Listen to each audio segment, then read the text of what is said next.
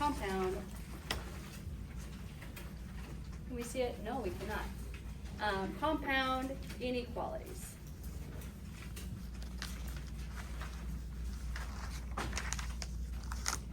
Okay, cool. And so to get started on our compound inequalities, I said our warm-up was going to be the one from our quiz. Now before I start that, I'm going to fold my paper in half because I like to stay organized. And we're going to have two different types of compound inequalities here. We're going to start with our warm-up of just inequalities. So here's my warm-up. And I've got space. I'm just going to write it here on the first line. I'm writing it down and copying it down from that paper. It says 3x minus 1 inequality facing this direction, 5 parentheses, x plus 4, and then minus 9. And our first step here is to distribute. And I'm just gonna work on this side here. I'm getting 5x plus 20 minus 9. Combining my like terms here, I'm getting 5x plus 11. So far, so good? And then now that I've simplified this, there's no more like terms. Now I'm going to go back. I'm going to bring down my inequality. Oh, whoops, I drew that too far. It's less lines than I thought. And that looks just the same. It hasn't changed. Minus 1, 3x. So far, so good. So now I'm comparing my two variable coefficients. The variable coefficients on the left side it's 3, on the right side it's 5x. Agree? Okay, which one's larger? Not a trick question. Tell your neighbor. Which one's larger? Okay, we're saying 5x is larger. And so that means I'm going to keep the 5x there. I like to keep the positive things where they are. And so I'm going to keep this here, which means I'm going to subtract 3x on both sides. Because right now we are balancing the equations. I'm lining that up with the other x really nicely. This is why I love lined paper. And I'm going to draw my line here because I'm going to finish that step, right? I'm not just simplifying. I'm going to do arithmetic here. These are going to cancel out, which means I'm moving the x's here. That's going to give me 2x. In the same line, I don't want the 11 to come down. So what's the opposite of plus 11? Not a trick. Minus 11, we're going to subtract 11, and again, positive and negative, I'm going to cross those out. I love crossing things out. It's one of my favorite things to do. It just makes me feel really good, right? I just like eliminating things so that they're gone. I'm going to turn the lights down because I can't see with the glare for this. So then we have the negative 1 and the negative 11. They're both negative. You add and keep the sign the same. Do that now. So you're just adding those values together, and you're getting negative 12, right? Negative 12. You're doing it. Good. I'm just checking. Okay, then you're going to do it, and then you're going to divide by 2, right? No trick, right? Just doing the math. We add them together, negative 12. This stays the same. Then we divide by 2. As a reminder, we always want our x coefficient to be 1 when we're all done. Coefficient of 1, multiplicative identity. So this is giving us x. See how the point is facing? It's less than negative 6, which you could have written also as negative 6 is greater than x. These are the same thing. I can write or here, but they're the same thing. Now, here is the way that I prefer to write it. I prefer to write x first because then I read it left to right and I say x is, this is a type of equal sign, x is less than negative 6. And we want to think of an example of a number or a value that is less than negative 6. So this was my work. This is my work. This is the inequality answer. Now let's go to the graph. Now you can look at your quiz and you can see if you got an X. You can see how I'm grading. I want you guys to learn how I grade. X is wrong. A check mark is correct. They look kind of similar, so I have to really be careful on those. Oftentimes I won't do anything for, I just check off the right answers. I'm looking for positive points. And then if you got a half, you made a mistake somewhere, enough that you didn't get the correct answer. You could have had almost everything right, but something about it is wrong and you got half of the points off because I'm giving half of the points for just having the exact correct answer on this first one. So to graph this, we go to our number line, and the number line always has to work the same way. Here's negative infinity, and here's positive infinity. And somewhere in the middle is our value. And in this case, the value that we care about is the number -6. So just put that here on my number line. Doesn't matter, right? It's between those two. And then I'm gonna notate what kind of solution it is. Is -6 a solution to this inequality? No, it's the boundary number. So that just means here I put an open circle. If I had the underline, I would put the closed circle. And then I want to think of a value that is less than -6. So here's 0. Is 0 smaller than or less than -6? Think about it. No. No, 0 is not. So that's not going to be the direction that I go. Here's -10. Is -10 less than -6? Yes, it is. And so that means that we're drawing our solution area over here. These are all the possible solutions.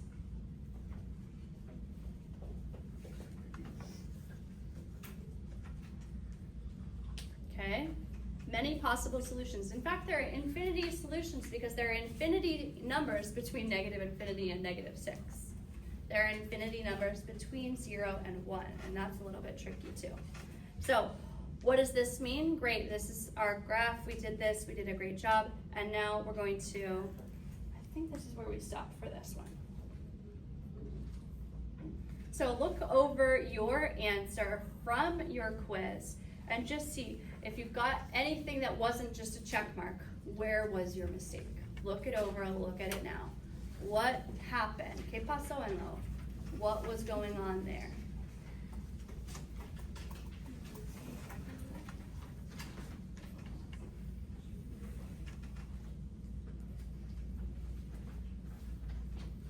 If you can find your mistake, now you're critiquing the reasoning of yourself. You're critiquing your own work. Did I grade it wrong by accident and just totally make a mistake? Possibly. Things like that are gonna happen. I'm a human. I tried to grade 148 of these as fast as possible because I wanted to get it back to you. I'm always gonna be grading as fast as possible unless it's a test, in which case I'm gonna try to be pretty careful, but my strategy is to grade the front side for everybody.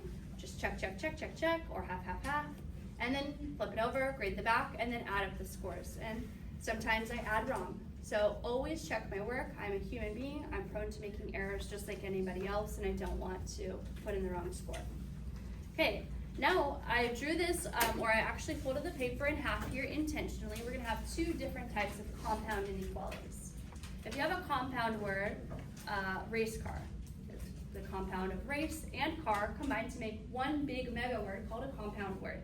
Cannot, can and not, and then we'll even abbreviate that into a contraction. We're not doing contractions here, we're just doing compounds, so it's gonna be mega inequalities.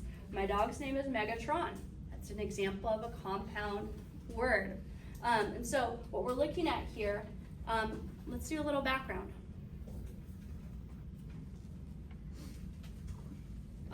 Another example of a compound word. Background is the combination of the word back and ground into one word, background. And the background for and or is what we're gonna set up right now. So and is a different classification than or, and it's gonna look different when we get to the very end. I'm gonna start by showing you our inequalities. And we're gonna use my favorite numbers.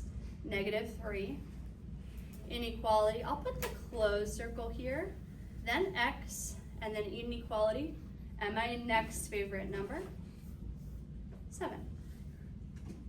This is our first example of an and inequality. And the reason it's an and inequality is this is my inequality. And it says x is here. Now, tell your neighbor, you're just noticing it, X is here. You see X visually in here. You see X. Tell your neighbor where X is within the inequality. Tell your neighbor, what are you noticing about where X is this time? What are you noticing?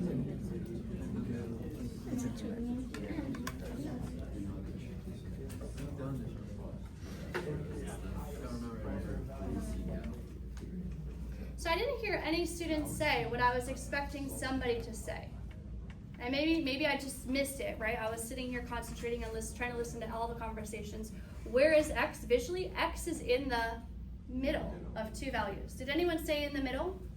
Nice, okay, I didn't hear Frankie and Mason because you guys are a little further away. Remember, I'm hard of hearing. So another way of saying is X is in between. Did you notice that X is in the middle here? Yes, so we say X is less than -3 and less than, X is greater than -3 and less than 7. I said that totally wrong. X is greater than -3 and less than 7. So it's got two limits on it. It's got two boundaries. It's above this number, but below that number. So what does it look like on a graph?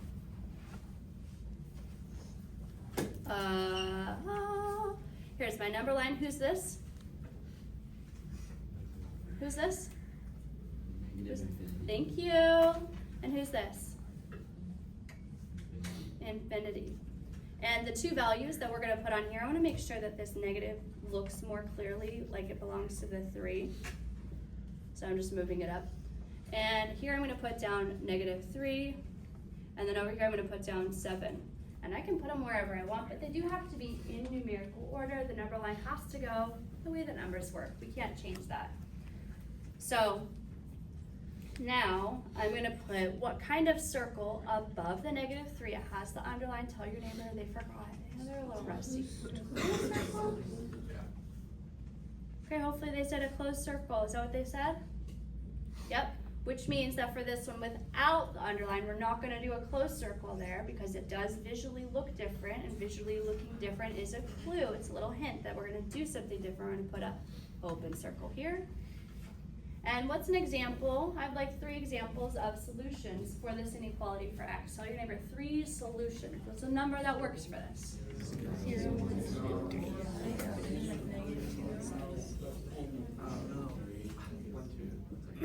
Okay, I heard 0, 1, and 2. So here's 0, 1, and 2. And so you're noticing that those are between, in the middle. And so the graph shows the middle. These are the solutions.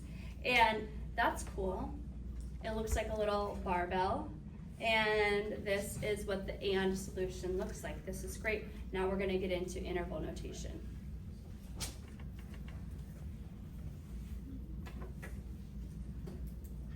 So once we get our solution, right, we're just starting at the very bottom. We're starting at, what does the answer look like? What does our answer look like for this? Our answer looks like X with nothing adding or subtracting or multiplying to it, with 2 values on the side. And the direction of the inequalities is such that they're all facing toward, the mouth is facing towards the right. That's what we're seeing. We'll never see it any other way. If we see it another way, we've made a mistake. And so now we're going to go to the next level. The interval notation is when we write this with shorthand. We don't need to draw the graph. We don't need to draw the inequality, but it has the same meaning as these two. It's an equivalent way of stating something. It's a new notation. So all we're going to do is we're going to write down the 2 values in number line order.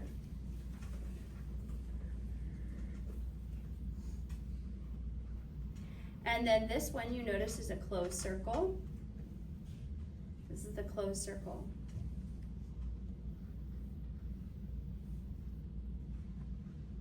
So for a closed circle, we're seeing around here, it's this sharp right angle bracket. And it means that we include the value -3 in our solution set. A lot of you guys said 0, 1, and 2. You could have also said the value -3 is a solution to this compound inequality. Is 7 a solution? No. We go right up to the very edge of 7. 7 is the limit. And so we're not going to use the same symbol. It's going to look kind of the same but different. This is the open circle.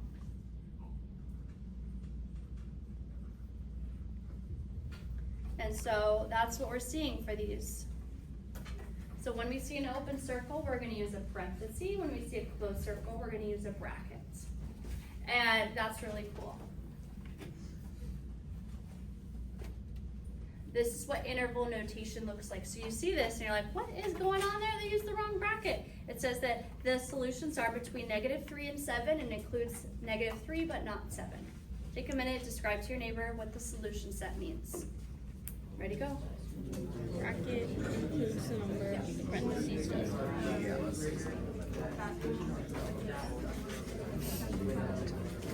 Wait, Sarah, what grade are you in? Nice. How about you? Sophomore as well. For a second, I thought you were junior. All right, let's take a look at or. Or, I'm gonna use the same numbers so that we're kind of able to visually compare them. We're gonna have x is, see, I'm starting with x this time, it's a little bit different. Less than or equal to -3. Or, yep, or will be in your math problem. The math problem will say the word or, which is so funny, whatever, so it does. Again, x is, and then I said I'm using the same values, greater than 7. So, because we have these right here, let's keep going with these inequalities. Let's list some synonyms. This one means less than. What does this one mean? What does this symbol mean? Greater than when it faces x.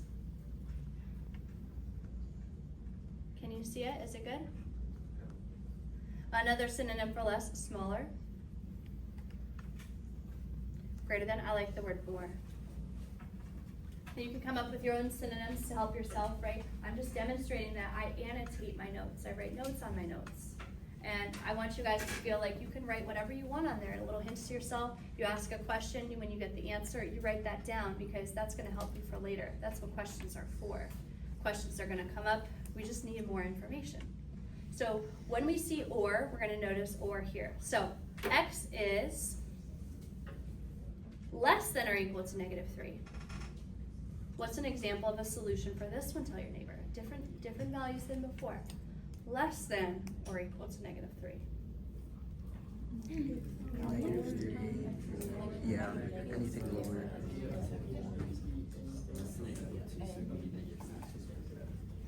Whereas on this side it says or x is greater than 7. Greater than, I feel like, is easier when it's positive. So a number that's greater than 7 is 8, right? And so we've already got some of these ideas. Hopefully here you were saying numbers like -5, -6, numbers that are smaller or more negative than -3. So on our number line, our inequality, negative infinity is still here, positive infinity is still here. We don't need to put the plus sign on infinity, it's implied that it's positive. We have to put the negative sign on negative infinity. And again, just like previously, we're gonna put down the numbers -3 and also +7. And I kept it the same. What kind of circle at -3 because it has the underline? La la la la la, you know it, you're filling it in. What kind? A closed circle. And then because it doesn't have the underline, the open circle. So far, so good? Now, do we connect this in the middle?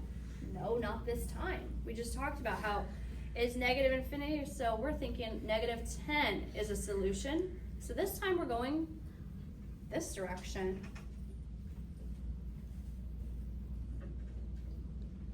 Grayson, you agree? Yeah. And so predictively, which way is this one gonna go? You're thinking about it. You should know. We all know. We can graph this one.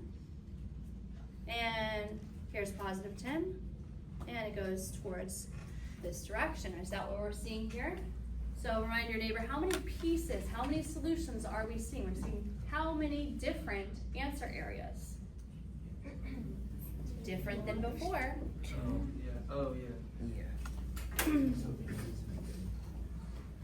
So on our warm-up, we had one answer area, correct? One answer solution region. For the and, there's one solution region. For the or, there are two solution regions. That's very unusual, and here it is. It's like we're graphing two at the same time, and that's exactly what it is. So the way that we write this with interval notation is we need to list it as two different things. So remember our interval notation, which you might not know, is that it must go left to right, like the number line. When you are writing interval notation, you are describing the number line to people. You're describing the number line.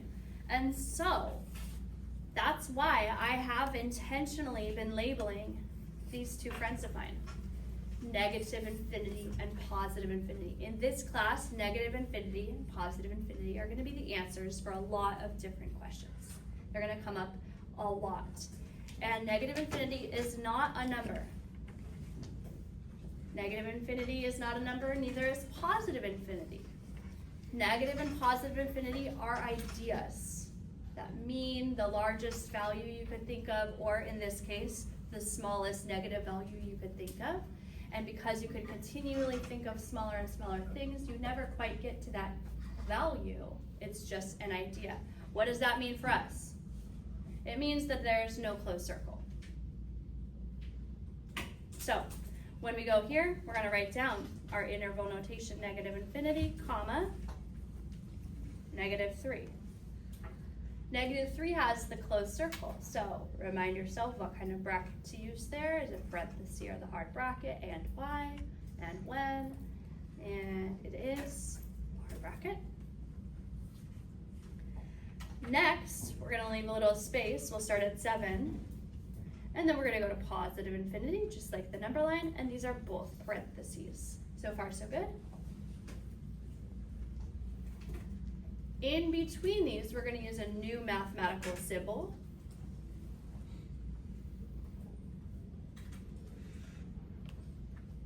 The way that we say it is, we say the word union. It looks like a large letter U. You can tell it doesn't have that bar down the side. It's just like half of the U. So, when we have two solutions, we're going to write one that's on the left, union, the one that's on the right.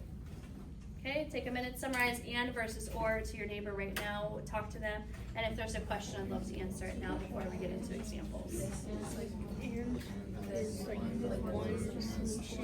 Yeah, or is two solutions. Yeah.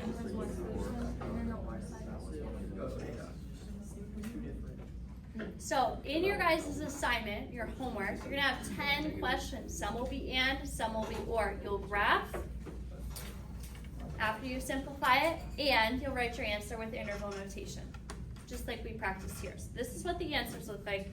Let's take a look at some examples.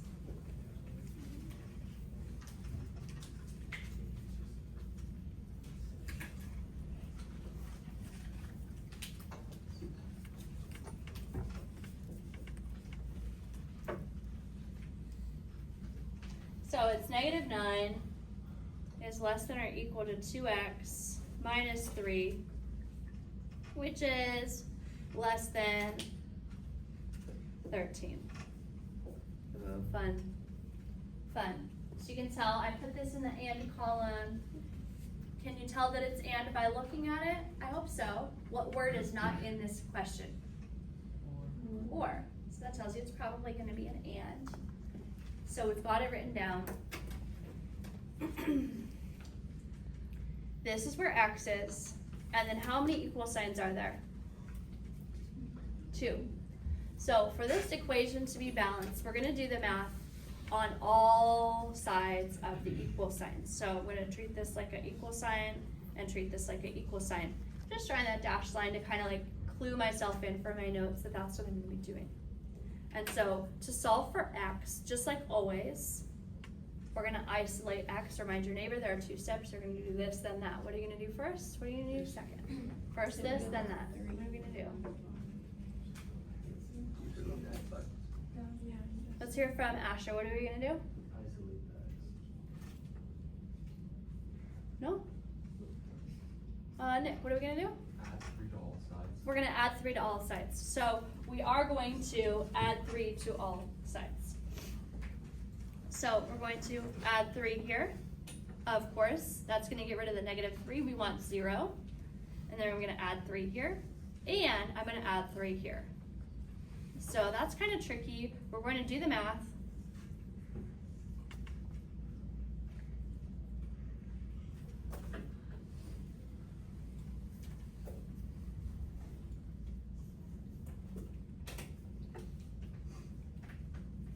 So now I just drew a little note to myself. I'm gonna do the math on all 3 sides. Maybe if I slow down and write that down, it'll get into my brain at a deeper level, because Nick's absolutely right. Because there are 2 equal signs, instead of doing the math on both sides, now we're gonna do it on all 3 sides. And hopefully that's very intuitive to you and you're feeling like, oh, this is kind of cool. So this cancels out. I'm just adding, they're opposites, so we subtract. Inequality sign doesn't change. And then, oh, 16, nice. And then, Lamissima, we don't want 2x. Christian, what do we want here? Divide by 2. So we're gonna divide by 2. Do we do that to all 3 sides also? Absolutely, let's do that. And we didn't even have any fractions this time. So simplifying it, -3, inequality x, inequality 8. No, looking good. Can we graph this? Yes. Then can we write it in interval notation? Yes.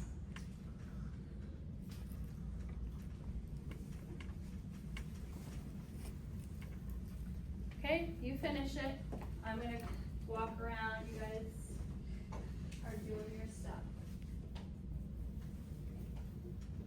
I don't want to write too fast. I know that I'm a fast writer because I already know what I'm going to write down. Hey, where's your math notebook? Where's your math notebook? Okay. So what about for today? We do one thing. I have faith over here.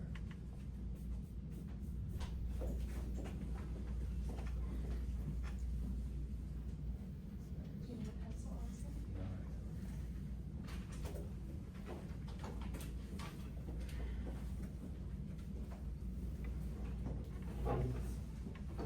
Question? How come the arrow for this one wouldn't go out since it's facing out? Read it. X is greater than or equal to 3. -3 is smaller than x. Okay. Oh.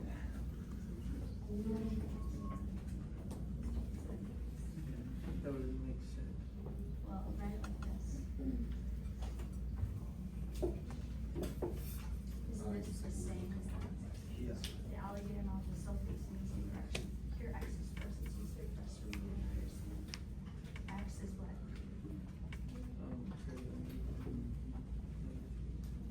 Alright. Students, I got a good question, okay? And the question is about these inequalities here. When we have x in the middle, it says x is in the middle of, x is in between these values. We see that visually, we can tell the way that these are facing. But when we have just this one, right? If I have -3 less than or equal to x, how do we read that? We have to read with x. We have to start with a variable. And so the better way to write this is x, then the inequality, then the value. Now, don't switch the inequality. I'm able to do it really fast. Why? Because I've done this a million bajillion times. I see x, I see that the alligator mouth is facing x. So when I write it down here, I very carefully make sure that the alligator mouth is facing the same direction. And that's just so that you get it right. So here we are, -3, close circle, 8 open, graphed in between. Is that what you had? So I saw a lot of you guys graphing. Trevor. If like the 2x was -2x, since like you have to change like the alligator. That's our next example. I love that. Thank you. You're ready for it. So let's just finish this one. We got the hard bracket here, the soft bracket there. Is that what you had also? If so, right on. This is what I wanted for you guys to have. The next example, like Trevor says, shows us this key feature of inequalities, which we love, kind of hate. And let's start here. Okay, this one is 1. We'll call this one 2. Hopefully have this line down the center. 3x minus 8 is greater than 2. Or 5 minus 2x is greater than or equal to 15. Oh man, well, we're just gonna do our best there. So, what word do we see here? Or.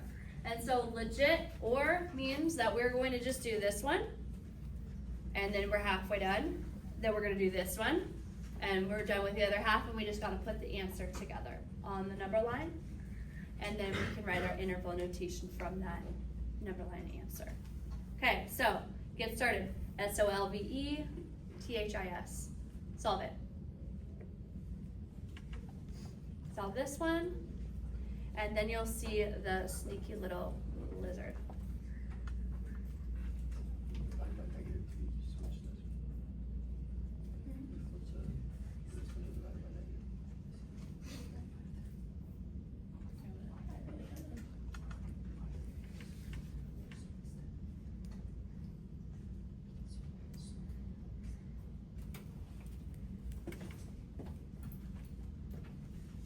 So for our first one, we are getting a fraction, and I like that because fraction answers are just gonna come up in typical life, right? We're gonna have this answer that's not a perfect whole number.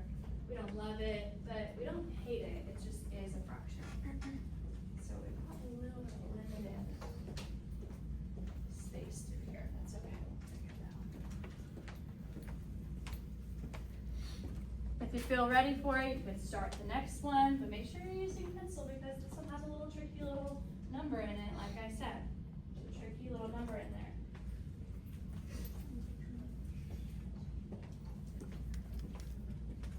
Okay, so for number 2, the first thing that I did was I added 8, then I divided by 3. Did you do this work?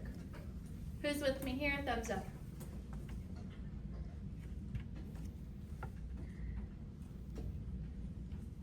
All right, now on this one, I said there's a tricky little number here. So of course we subtract 5. Okay, why? We do the thing that's next to x second. We get rid of any loose ends, and loose ends are adding or subtracting values. This is a positive 5, so we subtract 5. That's giving negative 2x inequality 10. Oh, almost forgot my underline. So far so good. Now we divide by the negative 2. And this is a chain breaker. A little, pay attention. This little exclamation mark. Okay. And so I put this up here last period, and we'll just come back to this. This is an example of a basic number line that includes the numbers 10, 5, 0, negative 5, negative 10. Right? You go on forever. Right? I like 9 by 5s. Negative 10 is less than negative 5. Facts? Class, is this a fact? Yes. Thank you. Yes, negative 10 is a smaller value overall than negative 10. It's better to owe negative $5 than negative $10, just because that means you've got less dollars that you owe. You're closer to 0, and 0 is positive. Then over here on the other side, I have 5 is less than 10. Agree? This is another true statement. However, if I take 5 and 10 and I multiply them by negative 1, which is something we do all the time, then I have negative 5 is less than negative 10. Talk to your neighbor about that. Negative 5 is less than negative 10. Talk to your neighbor. Negative 5 is less than negative 10. It makes it like not true. Yeah. So if you like flip it. Yeah, you.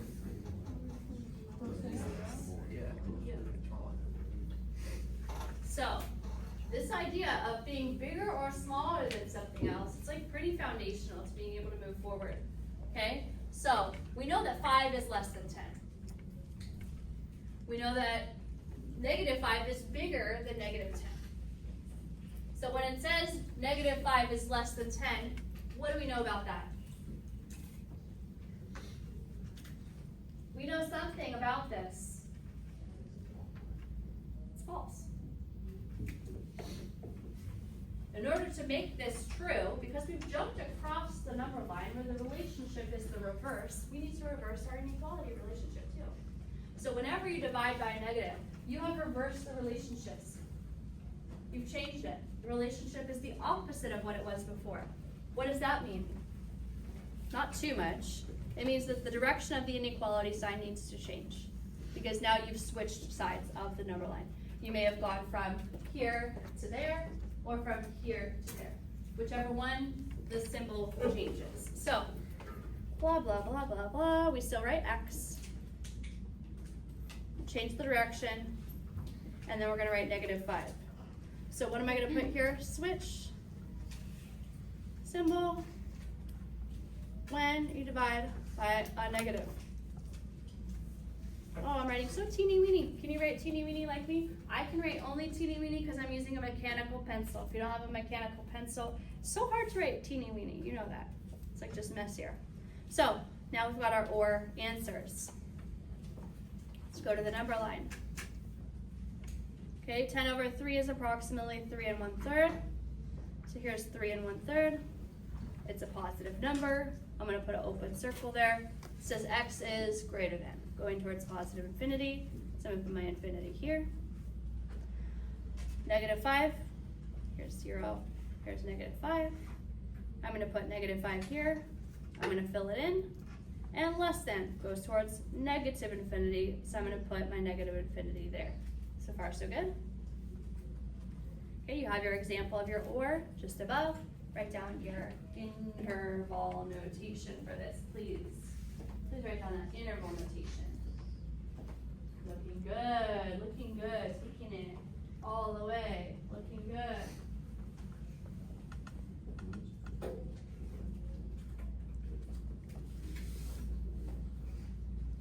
Visually, X is 1/1.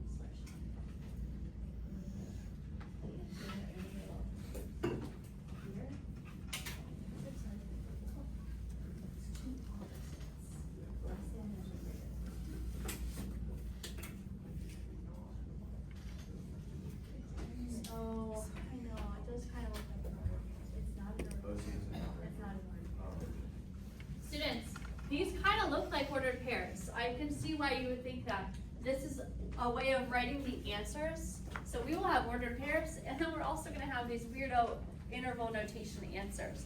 We're going to just have to be so mentally flexible and know when we're talking about what.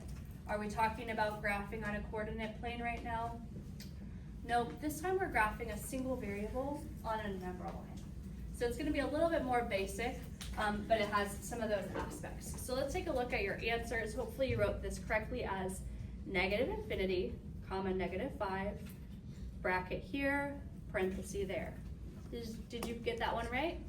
If not, make a change. If so, write on. And then you, with no little bar, you to say both answers. And then here, I'm going to put that back at 10 over 3. I love improper fractions. If you ever get an improper fraction, just leave it. I only put it as 3 1/3 so that I would be able to tell on a number line if it was positive or negative or kind of where it would go. And then to infinity, and again, soft bracket there. So this is our correct answer. Do we love it? Kind of. Okay, let's number off for some board work. Starting with Henry. 1, 2, 3,